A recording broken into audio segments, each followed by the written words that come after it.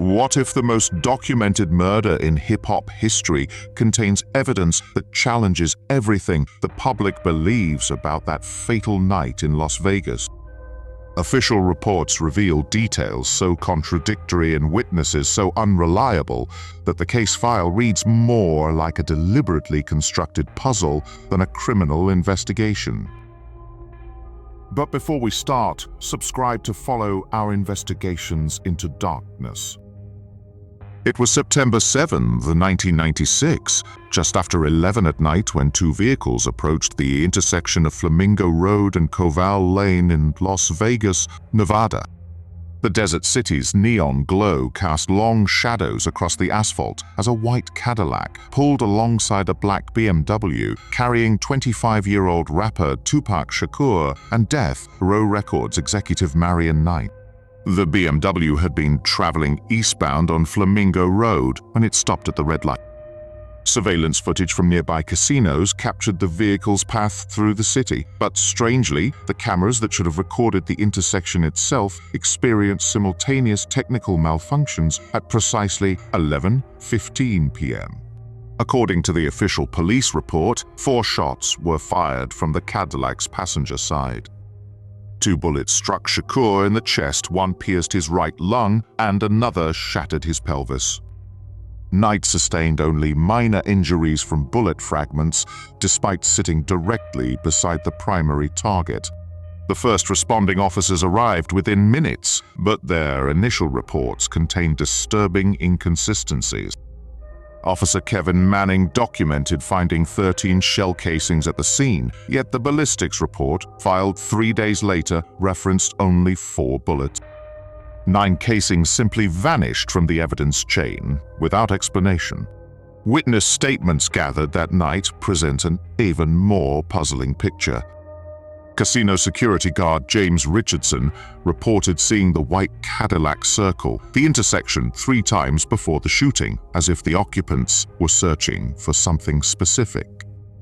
Richardson noted that the vehicle's license plate appeared to change between the first and second pass, though he admitted the lighting made positive identification difficult.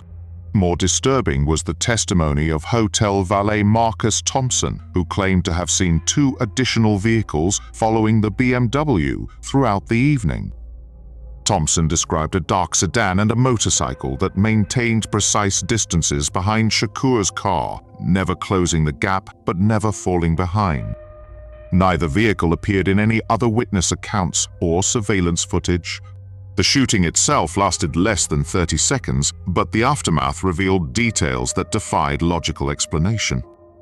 Emergency responders found Shakur conscious and speaking, yet no recording or transcript exists of his words during the 20-minute ambulance ride to University Medical Center.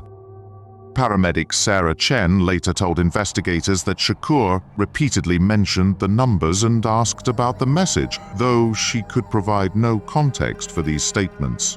At the hospital, Shakur's condition initially appeared stable. Dr. Richard Martinez, the trauma surgeon, noted that despite the severity of his injuries, the patient showed unusual awareness and insisted on writing something on a piece of paper. The note, which should have been preserved as evidence, disappeared from the medical records within hours of Shakur's death 6 days later. The investigation took an inexplicable turn when detectives discovered that the white Cadillac had been reported stolen 3 weeks before the shooting, yet casino parking records showed the same vehicle had been parked at the MGM Grand for over 2 months. The car's owner, a retired teacher named Dorothy Williams, insisted she had never reported it stolen and had no knowledge of any theft report. Physical evidence from the crime scene revealed additional anomalies. Blood spatter analysis indicated that someone had cleaned specific areas of the intersection before police arrived, removing evidence in a pattern that suggested professional knowledge of forensic procedures. The cleaning appeared selective, eliminating traces from precise locations while leaving other areas untouched. Perhaps most disturbing was the discovery made by Detective Robert Hayes during his examination of the BMW's interior. Hidden beneath the passenger seat, investigators found a small recorder containing 47 minutes of audio from earlier that evening. The recording captured conversations between Shakur and Knight, but crucial portions had been deliberately erased using sophisticated equipment not available to typical criminals.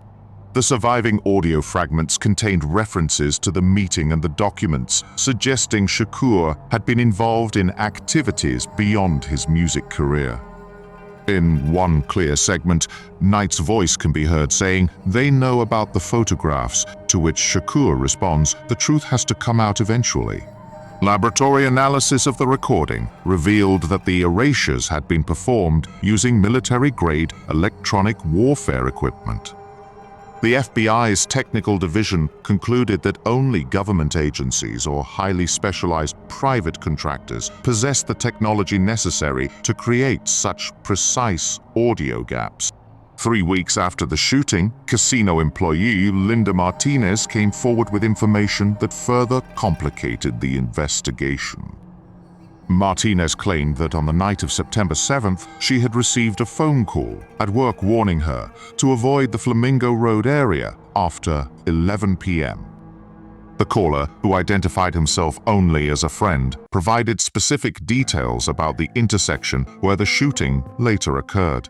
Phone records confirmed that Martinez had received a call at the reported time, but the number traced to a payphone that had been out of service for over a year.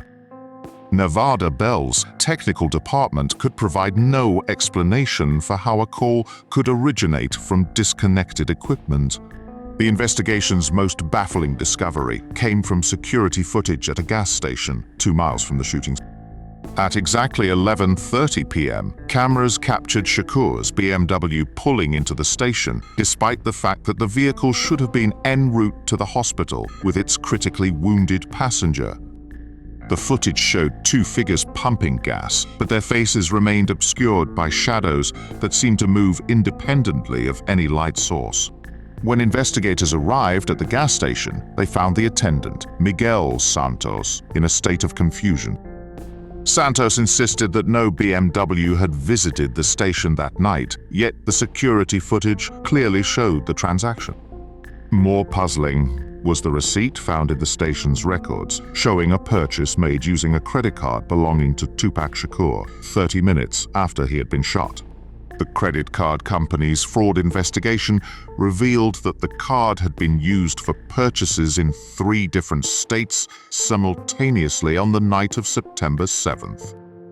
Transactions appeared in Las Vegas, Los Angeles, and Atlanta at times that made physical travel impossible, suggesting either sophisticated identity theft or something far more inexplicable.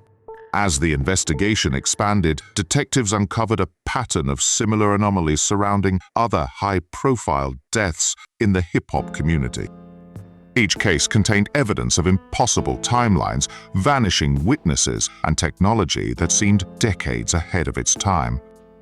The pattern suggested coordination on a scale that transcended typical criminal organizations. The final piece of evidence that brought the investigation to an abrupt halt came from an unexpected source. A maintenance worker at University Medical Center discovered a sealed envelope hidden inside an air conditioning vent near the trauma unit. The envelope contained photographs of the shooting scene taken from an angle that would have required the photographer to be positioned directly above the intersection.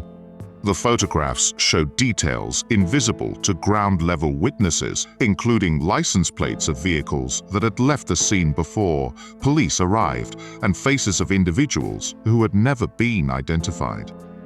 Most disturbing was an image timestamp showing the photos had been taken 12 hours before the shooting occurred.